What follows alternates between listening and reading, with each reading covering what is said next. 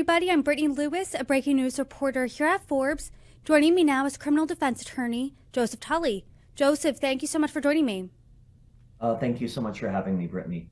It's a pleasure to be here. I'm grateful for you joining me today because I hope you can provide some legal perspective on this reversal we've seen from a former president and his wife. Former President Bill Clinton, as well as former Secretary of State Hillary Clinton, have now agreed to testify in front of the House Oversight Committee as the panel continues its investigation into disgraced sex offender Jeffrey Epstein. This comes after a handful of Democrats joined Republicans last month on the Oversight Committee to vote in favor of holding both Clintons in contempt of Congress over their refusal to comply with a subpoena to testify in front of the committee about their relationship with the disgraced financier. So to start off the conversation, what are your thoughts on their reversal here? I thought it was wise for them to do this reversal. What their lawyers had been arguing previously, it didn't have a lot of legal merit. They had some complaints. We feel that you're doing this unfairly. We feel that this is a fishing expedition. We feel like our clients are being unfairly targeted, but they weren't giving legal reasons. Here's why your subpoena is invalid. Here's why your subpoena has no legal effect. And so, because subpoenas are legally enforceable, Congress basically didn't blink. And despite the Clintons' lawyers doing some very good negotiations, and kind of doing their best to delay things and extend things. This has been going on basically since October. The committee subpoenaed the Clintons in late summer, and there's been 4 previously missed depositions. So basically, time ran out for the Clintons. I want to get your perspective here on how some members of Congress characterized the Clintons' move. This is what House Oversight Committee Chairman James Comer said in response, in part. Republicans and Democrats on the Oversight Committee have been clear. No one is above the law, and that includes the Clintons. He also added this. Once it became clear that the House of Representatives would hold them in contempt, the Clintons completely caved and will appear for transcribed, filmed depositions this month. Congressman Thomas Massie, he's been one of the leading voices in Congress calling for transparency as it relates to Jeffrey Epstein. He reportedly said that he believed this was more of a negotiation tactic. What do you think here? Do you think that from your legal perspective, this was the Clintons caving, or this was more of a negotiation hardball tactic? I think that it was the latter, that they were doing hardball negotiations. They didn't have very good a legal framework to stand on here. Otherwise, the move would have been to file a motion to quash. If you ever have a subpoena that you disagree with, you don't write a letter saying, hey, this is not fair. You would file a motion in court saying, hey, look, this is legally unenforceable. And they didn't do that. So that tells you that there wasn't a lot of legal standing for them to say, look, we're not going to obey the subpoena. The subpoena was a lawful document, and they did their best to get out of it. The House kept voting, okay, if you don't show up, we are going to advance contempt against you. And the Clintons, as it was said, they caved in, and it was a wise legal decision on their part to do so. So now do they face any type of criminal punishment here, any type of legal hurdles? Because the full House vote on the contempt resolutions, that has been canceled.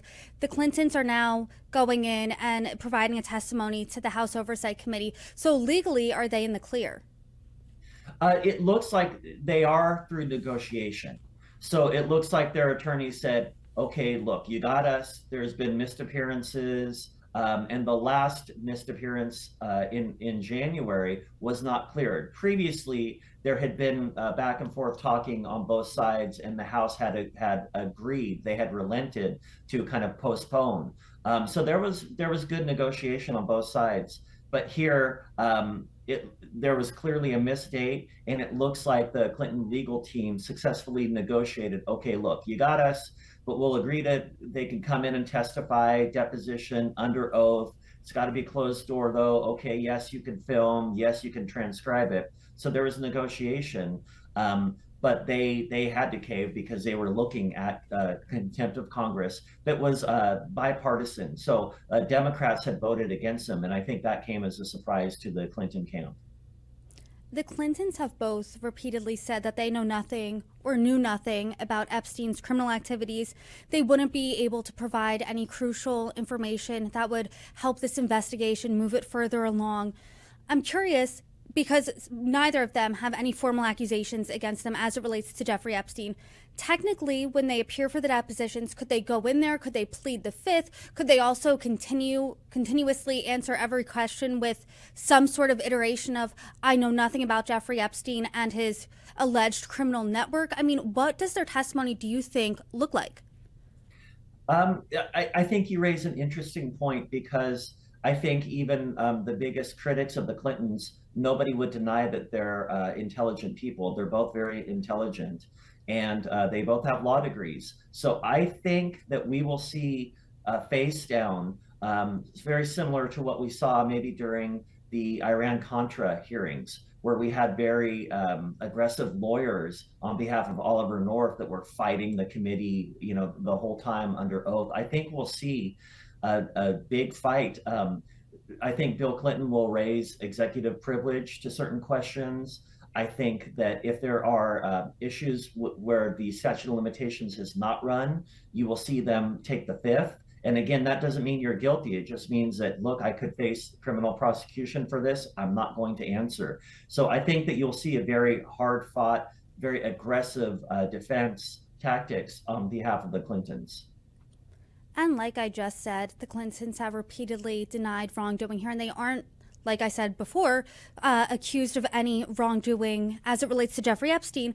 But I was talking to an attorney when they initially refused to comply with the subpoena, and the attorney essentially said, if you have nothing to hide, why not comply here? I mean, what's your take on that? Do you agree with that? I don't agree with that, but I'm a defense attorney, so I have hundreds and hundreds, if not thousands, of clients at this point that they were a good person. They talked to law enforcement. They were innocent, but because they spoke with law enforcement, that enabled the prosecution against them to go forward. So I say, as an American, you have a Fifth Amendment right. It doesn't mean that you're hiding anything. You have the right to refuse to comply with anything that possibly might get you in harm's way in terms of charges being brought against you. So when you're dealing with the government and the crushing weight that it has, and you have a tool like the Fifth Amendment, you use it. The Clintons here and the people who support them have argued that this is just all partisan politics. This is designed to embarrass them or perhaps punish them. I mean, we remember from President Trump's first campaign a decade ago, the audience was chanting, lock her up, as it relates to Hillary Clinton. Those on the other side, though, say it's important to hear from high-profile people that were connected to Jeffrey Epstein. Realistically, as an attorney here, what do you think? Do you think this is just political theater, or do you think that this is going to have any type of impact on the House Oversight Committee's investigation into Jeffrey Epstein? I think both sides have merit here. But I do think there was a connection. There was a close relationship with both Jeffrey Epstein and Ghislaine Maxwell with Bill Clinton and Hillary Clinton. Ghislaine Maxwell was invited to Chelsea Clinton's wedding. There's photos of her there. Bill Clinton had a lot more ties and flew on Jeffrey Epstein's plane than Donald Trump did. So there's a very close connection between Epstein, Maxwell, and both Hillary and Bill Clinton. So it is proper for the House to probe this. Both Bill and Hillary Clinton served in the highest levels of the United States government, and yet they're have a close relationship with people that were involved in sex trafficking. That's what Ghislaine Maxwell was convicted of. That's what Jeffrey Epstein was, convicted of, and was facing more prosecution before his alleged death, I'll say, in jail, just because, I don't trust anything. Like, let's trust it, but verify everything and look at all the details. So I think that that it is very legitimate for the committee to want to get more answers from both Bill and Hillary Clinton, and I applaud them for doing so and for pursuing it.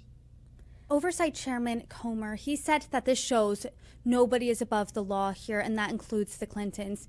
And former President Bill Clinton's Deputy Chief of Staff said in a statement that the Clintons, quote, look forward to setting a precedent that applies to everyone. Democrats say this certainly sets a precedent. And Congressman Jamie Raskin, he reportedly said that this shows past presidents are not off limits for subpoenas. Do you agree here? Do you think that this sets a precedent? I think that it sets a precedent, but I think the precedent has already been set. I think we're hearing partisan complaints from both sides, but we heard it during the Trump presidency and then afterwards. So the right was targeted under Biden, and the left is now complaining that, hey, look, we're being targeted under this Trump administration. But the gloves are already off on both sides. I think that's established. I think both sides are complaining about it, but there's already a precedent for this. This talk of no one is above the law, that's simply payback. That's an echo from what was chanted and touted when Donald Trump was indicted and when he was being sued. You know, no one is above the law. So that is just merely both sides using that slogan against each other. But this is very relevant testimony. It's very important testimony to your point of bipartisanship. I believe the Jeffrey Epstein files is nonpartisan, and the American people are coming together 100% behind release and transparency. And when the Trump administration was balking on releasing the files, the American people rallied, and Congress had to listen to the American people as a whole. So this is nonpartisan. The American people are 100% behind the release of the files and getting to answers behind what was going on, because it's very, very, very concerning. Both President Trump and former President Clinton were mentioned in the Epstein files, and both had some sort of relationship with Jeffrey Epstein. Both have denied any wrongdoing as it relates to the convicted sex offender. And from what we've seen in the files, Clinton hasn't been formally accused of any wrongdoing. And as it relates to Trump, law enforcement hasn't corroborated or verified any allegation made against him. But multiple Democrats have warned now that if they regain control of the House come November, they will subpoena President Trump. They will force him to come in and talk about what he knows about Jeffrey Epstein and try to get him to talk in this investigation. Do you think that they will be able to? Do you think that because former President Clinton is coming in here, he's providing testimony, do you think that then forces President Trump to comply with any subpoena he might get in the future? In some ways, yes. In some ways, no. The distinction between President Trump is just that, President Trump. And so he may have a defense of presidential immunity, executive immunity, or executive privilege in terms of wanting to block a subpoena or filing a motion to quash a subpoena. So Bill Clinton may have that defense available for certain questions if they're asked about things that he did while president. But for the most part, if Congress keeps the questioning outside of that time period, specifically when he was president or when he was out of office, then he will not have that. So there is a distinction just because President Trump is the president and may be able to invoke executive privilege. These will be closed-door depositions, but the Clintons reportedly wanted to appear publicly. Why, from a legal perspective, do you think they would prefer to appear publicly here? I think they want to get control. So if the committee is going to ask them certain questions and it's going to be a closed-door session but videotaped, then the committee could take selections of their testimony and put it out there in a press release, and it might be taken out of context. So I think it's good negotiation on behalf of the Clintons' lawyers. Like, look, if we're going to testify, let's make it open, let's make it public. That way, the committee doesn't have sole control over which clips to release. The public can see everything in real time as it happens. They are set to appear for these depositions at the end of February. What specifically are you looking out for next year and from their testimony? Well, there's been in the last, since I believe last Friday, there's been another tranche of documents related to Epstein that were released. I think like 3 million documents, and they're very, very disturbing. So I think Congress, I think the American people want to know more. I think it's deeply disturbing. It's very important. It deals with the highest levels of power in our government, and the American people want to know what's going on. And I think the House Oversight Committee, they will try to establish answers. Will they end up whitewashing everything? Will they end up, will this be, all looks and no filler, and they'll just use kid gloves on the Clintons? Or will it be partisan, hard fought? I don't know. It wouldn't be overly dramatic to say that the course of American politics will be determined by what happens at this point going forward. Is there going to be transparency? Are we going to uncover the corruption that obviously the Epstein controversy proves exists, that we can have very real concerns about who controls our government? Are our politicians subject to blackmail? If so, under what conditions and who's doing it? Who was there somebody else behind Jeffrey Epstein? These are all questions that the American people want to know answers to.